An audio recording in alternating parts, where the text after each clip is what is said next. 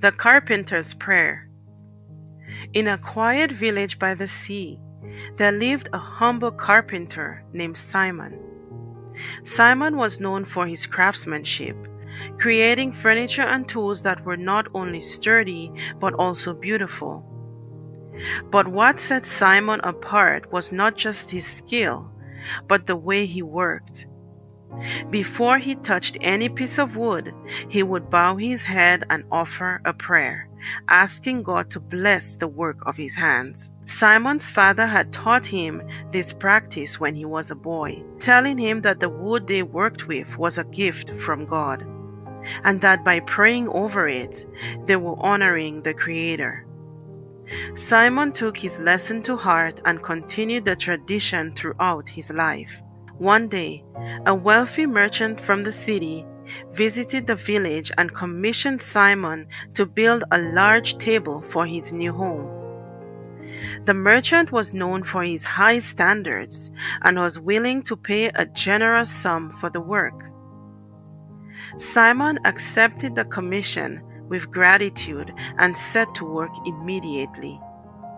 As he began to work on the table, Simon followed his usual routine. He selected the finest wood, measured and cut each piece with precision, and prayed over every step of the process. But as he worked, something strange began to happen. The wood seemed to respond to his prayers, becoming more pliable and easier to shape. The grains of the wood aligned perfectly, creating patterns that were both intricate and natural. As Simon assembled the table, he noticed that it emitted a soft, warm glow, as if it had absorbed the prayers and blessings he had poured into it.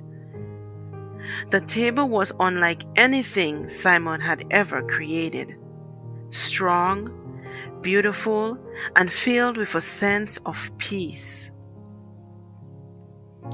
When the merchant returned to collect the table, he was astonished. "This is not just a table," he said, running his hands over the smooth surface. "It's a work of art. How did you do it?"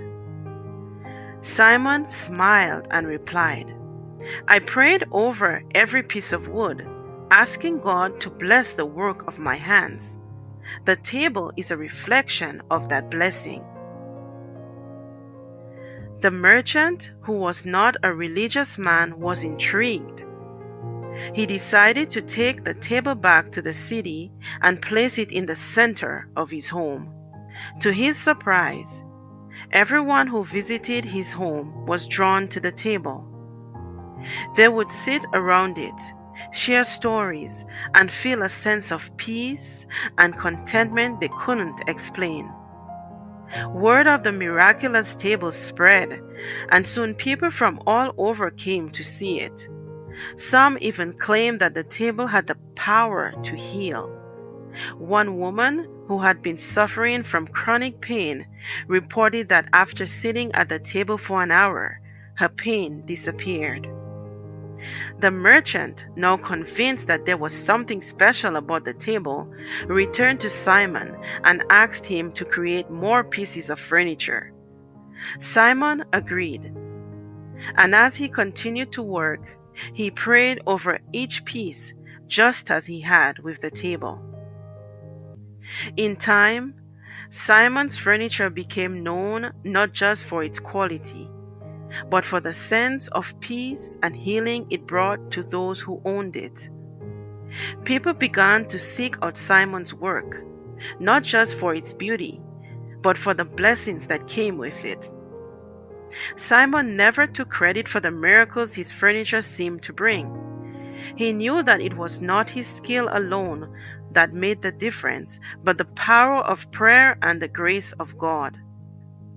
And so, he continued to pray over every piece of wood he touched, trusting that God would use his hands to bring light and peace into the world.